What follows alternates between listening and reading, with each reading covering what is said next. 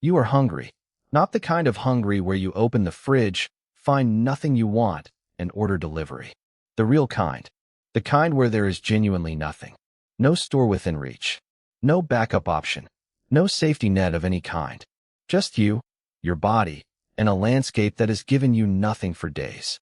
This was not an occasional crisis for ancient humans.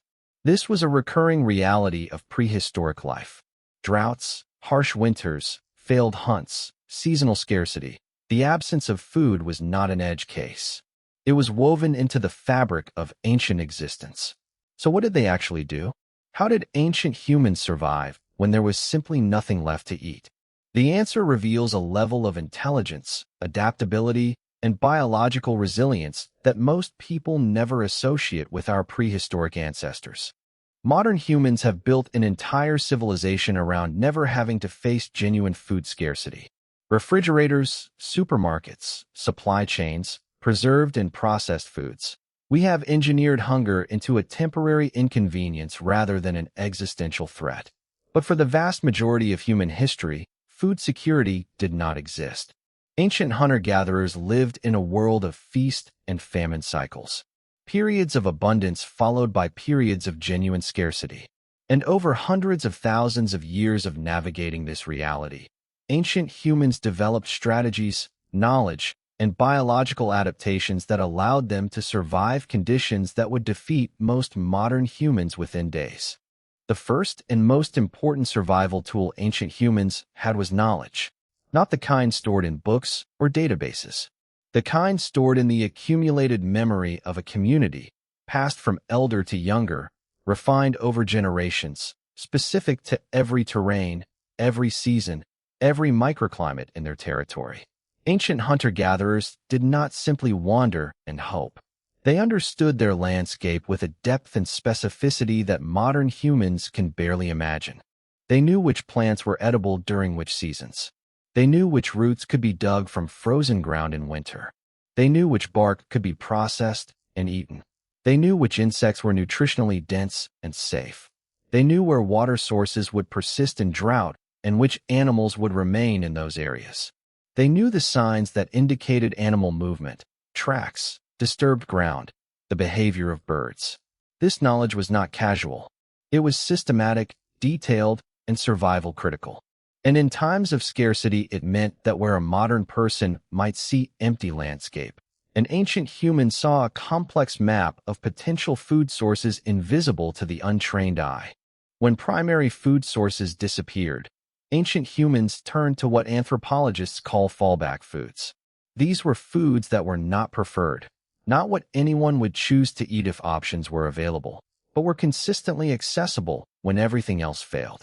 And the range of what ancient humans were willing and able to eat was extraordinary by modern standards.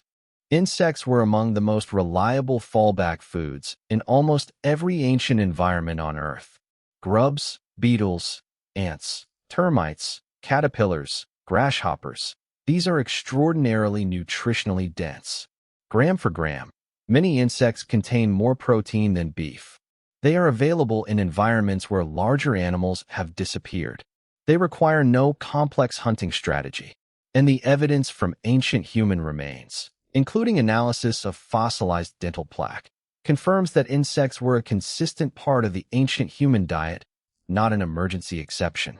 Tree bark, specifically the soft inner layer called cambium, was processed and consumed during scarcity by ancient humans across multiple continents. It contains carbohydrates and some nutrients and can be dried and ground into a coarse flour. Lichens, mosses, and certain fungi that are inedible or minimally nutritious under normal circumstances were consumed during extreme scarcity, because in the absence of alternatives, minimal nutrition is better than none. Bones left from previous meals were boiled for hours to extract marrow and collagen, nutrients that would otherwise have been discarded. Ancient humans wasted nothing when nothing was available to waste. Here is what most people do not realize about human biology and food scarcity. The human body, specifically, is extraordinarily well adapted to surviving periods without food. Far better adapted than most modern humans, who have never truly tested this system, understand. This adaptation exists precisely because food scarcity was such a consistent feature of ancient human life that evolution spent hundreds of thousands of years optimizing the human body for exactly this scenario. When food becomes scarce, the human body does not immediately begin failing. It shifts into a metabolic mode that prioritizes survival. Fat stores are mobilized as fuel. Metabolic rate adjusts downward to conserve energy.